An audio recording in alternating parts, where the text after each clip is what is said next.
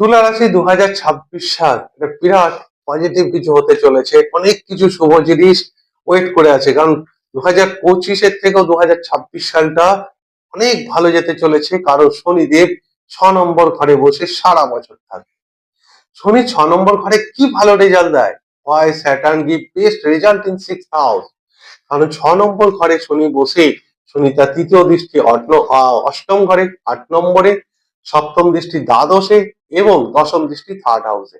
জন্মকুষ্ঠির 4টে সব থেকে খারাপ ঘরে শনি প্রভাব ফেলে। 3, 6, 8, 12 তার সমস্ত খারাপ ঘরে যখন শনি ক্যাপচার করে নেয়, তাকে বলা হয় মাইনাসে মাইনাসে প্লাস, অর্থাৎ বিষে বিষে বিষাক্ত হয়।